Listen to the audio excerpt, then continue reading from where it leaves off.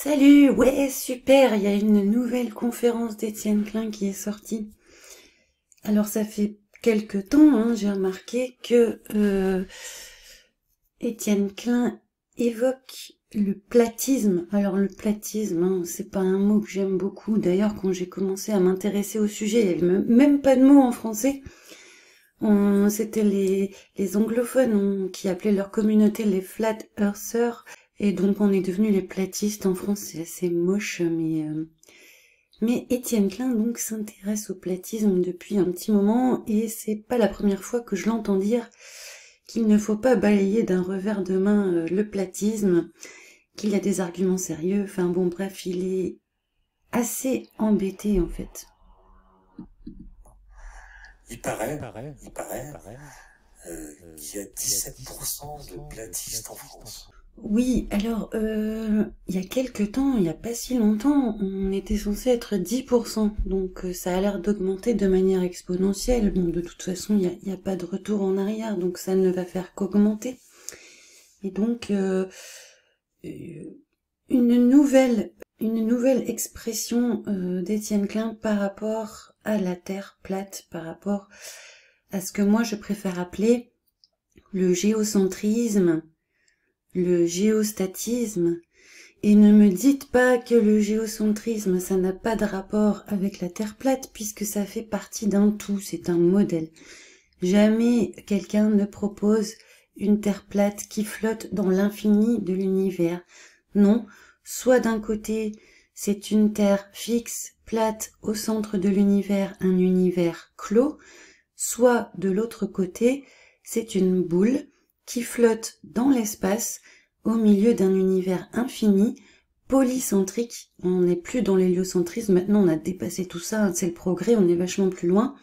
Il n'y a plus de centre.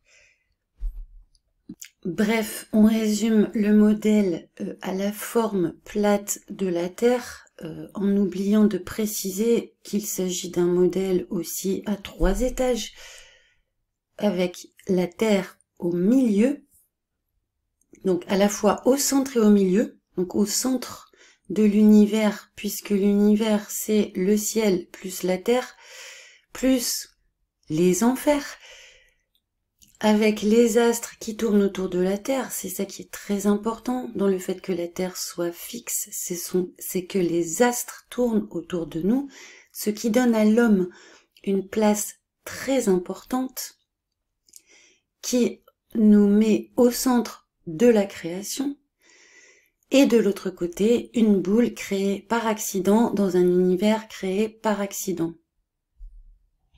Avec possiblement, puisque la Terre est une planète parmi les autres dans ce modèle, une infinité de mondes avec des extraterrestres, etc. Sur le modèle de Terre plate, fixe, statique, au centre de l'univers, il n'y a pas d'autre monde. Il n'y a pas d'autre monde que le nôtre. C'est ça qui est important. Mais je vais continuer avec la vidéo parce que je voudrais m'arrêter sur un passage spécial. Il doit se moquer des platistes. Parce qu'il y a des sites platistes qui sont super bien faits et qui proposent un millefeuille argumentatif. Il y a 1000 arguments qui démontrent que la Terre est plate. Et je pense que personne n'est capable spontanément de réfuter les 1000 arguments. Et donc on se dit, il y en a peut-être quelques-uns qui sont faux, peut-être des centaines. Oui, bon, j'arrête la vidéo pour dire qu'il n'y a pas 1000 arguments que la Terre est une boule. Il y en a peut-être, on les a déjà regardés dans une autre vidéo, il y en a peut-être à tout casser, il doit y en avoir 7 ou 8, quoi. C'est ça le véritable problème, en fait, pour les gens qui veulent défendre le modèle standard, c'est qu'il n'y a pas d'argument.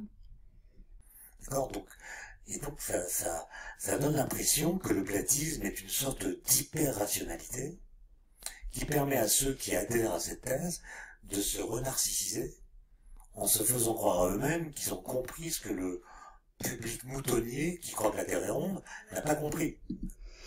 Ouais, donc en fait on se renarcissise en pensant que la Terre est plate.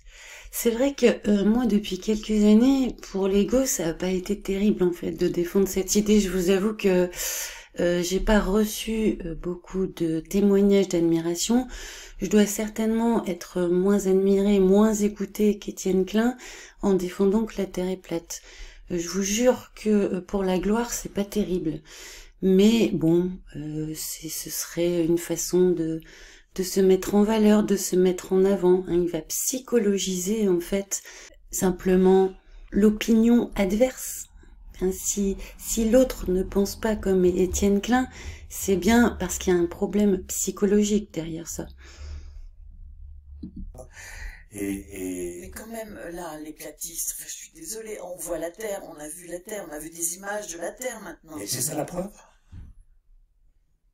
Non, le truc important, c'est qu'on a su que la Terre est ronde bien avant de voir qu'elle est ronde. Voilà, c'est là où je voulais en venir, c'est un peu ce qui a provoqué mon envie de faire cette vidéo. C'est que je vois depuis quelque temps, en tout cas maintenant, d'un point de vue académique, la doxa, le discours, ça va être de dire, en fait, on a toujours su que la Terre était une boule. Ah, c'est tout nouveau, hein, c'est tout nouveau. Il y a quelques années, on nous disait, ben en fait, on savait que la Terre était une boule dans l'univers infini depuis l'Antiquité, avec les philosophes grecs, hein, puis on en cite quelques-uns, Pythagore, Aristote, etc. Et puis il y a une période obscure pendant le Moyen-Âge où catholicisme oblige. On est tombé vraiment dans l'ignorance la plus totale par rapport à la Terre en se fondant sur le modèle biblique. Mais là, le discours change complètement en ce moment. Ça fait plusieurs spécialistes comme ça de la vulgarisation scientifique qui nous disent en fait qu'on a toujours su, il n'y a jamais personne qui a imaginé que la Terre pouvait être faite selon le modèle biblique. On a toujours su que c'était une boule en fait. Or, c'est totalement faux. Je vous laisse juste la suite et après je vais continuer sur ma lancée vite fait. C'est ça qui est intéressant, on n'a pas attendu les satellites. Oui, bien sûr, mais on en a la confirmation. Ouais, enfin les platistes ont des tas de théories qui permettent d'expliquer pourquoi quand même elle est plate. Et d'ailleurs, moi mes étudiants, Il ne va pas sur le terrain de la véracité des images de la NASA, vous remarquez. Hein. Ils avaient tendance à se moquer des platistes, mais quand vous leur demandez, au fait, les amis, vous qui savez que la Terre est ronde, est-ce que vous pouvez me dire comment on a su qu'elle est ronde? Eh ben non. Et d'ailleurs, nous tous qui savons qu'elle est ronde, nous imaginons que l'humanité, pendant des millions d'années, a pensé qu'elle était plate, et tout d'un coup, révélation, elle est ronde. Ben ça, c'est faux. D'abord, on ne sait pas ce que les gens pensaient il y a un million d'années, ni ceux qui savaient, mais surtout, depuis qu'il y a des textes écrits, grecs, indiens, chinois, quand il s'agit de parler de la forme de la Terre, elle est ronde. Alors ça, c'est n'importe quoi en fait. Hein. C'est vraiment n'importe quoi. Les Indiens, les Hindous, les Chinois anciens ne pensaient pas que la Terre était une boule. Hein. On a quelques philosophes grecs qui le pensaient, qui ont été repris à la Renaissance pour appuyer cette thèse de la Terre boule. Mais vous savez bien qu'on ne sait pas quand ces textes antiques ont été créés, et c'était surtout une toute petite partie de l'humanité qui pensait ça, et qui était connue de personne en fait.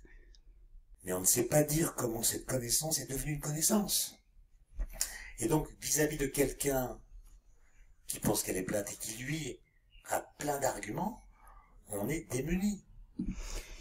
Oui, les platistes ont plein d'arguments, mais vraiment plein. Et évidemment, les gens qui sont en face sont démunis, évidemment. Pas parce qu'ils savent pas expliquer comment on a su, mais parce qu'il y a juste pas d'arguments. Et ça, c'est, je trouve, un problème. Donc voilà ce que j'observe depuis quelque temps, et une amie aussi m'a montré un bouquin comme ça sur le Moyen-Âge où un chercheur, un ponte du CNRS expliquait qu'en fait, bon, au Moyen-Âge, les gens pensaient pas que la Terre était plate.